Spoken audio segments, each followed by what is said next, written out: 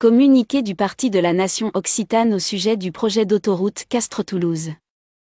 Le Parti de la Nation occitane se réjouit que le gouvernement veuille développer les infrastructures dans la région d'Occitanie centrale. Il a suffisamment dénoncé, par le passé, le fait que les impôts du contribuable occitan paient les infrastructures en région parisienne.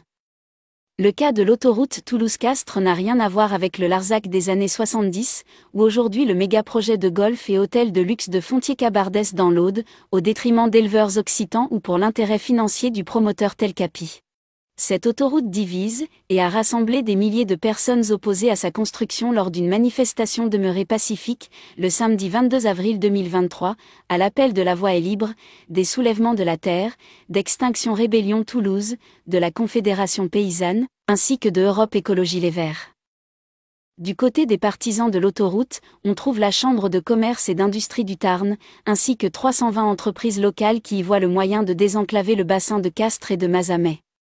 De plus, un sondage Odoxa révèle que 75% des sondés locaux sont favorables à l'autoroute. Du côté des opposants, on pointe l'impact environnemental comme l'abattage de platanes, l'impact humain avec la disparition d'exploitations agricoles, et économique pour le coût du péage. L'aménagement à 4 voies de la route nationale Castres-Toulouse serait, selon eux, moins coûteux et moins dommageable pour l'environnement que la construction d'une autoroute parallèle à la route nationale.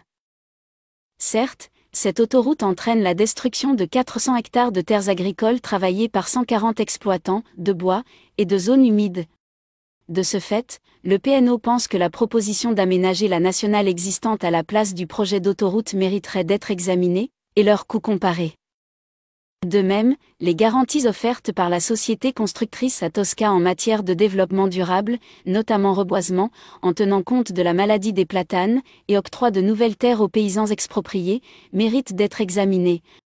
Le Parti de la Nation occitane pense qu'il ne faut pas, au nom d'une écologie dévoyée, opposer protection de l'environnement et activité économique créatrice d'emplois.